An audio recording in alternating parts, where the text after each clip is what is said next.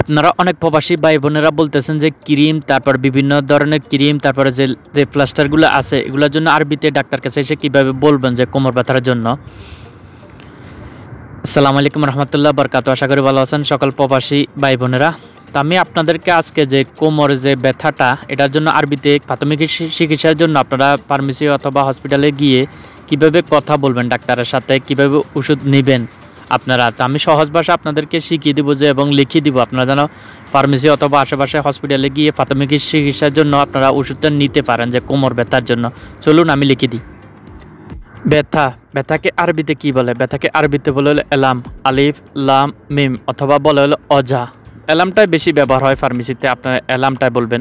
তো কোমর অথবা ফিট, যে ফিটে যে কোমর যে ব্যাক সাইডেরটা, এটাকে আরবিতে বলে হলো, আমি লিখে দিতেছি জাহার। আরবিতে বলে হলো জাহার। আবার কিছু কিছু জায়গায় কিছু কিছু ডাক্তাররা বলে হলো দাহার। আপনি জাহার বললে ওনারা খুব তাড়াতাড়ি বুঝে যাবে ইনশাআল্লাহ।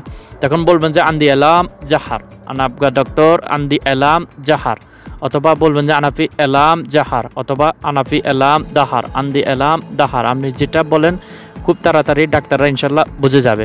এখন আপনি ক্রিম নেবেন, ক্রিম কিভাবে নেবেন? ডক্টর বলবেন যে আনাবগা ক্রিম। আরবিতে ক্রিমে বলে থাকে, আনাবগা ক্রিম। এই যে কোনো ক্রিম একটা নিয়ে নেবেন আপনারা যে কোমর ব্যথার জন্য। অথবা আপনি প্লাস্টার জাতীয় যেগুলো আছে, যে প্লাস্টার জাতীয় এগুলোকে বলা হলো লাজগাত, আনাবগা লাজগাত দাহার, অথবা আনাবগা ডক্টর লাজগাত জাহার। বাস এটা বললে ওনারা বুঝে যাবে।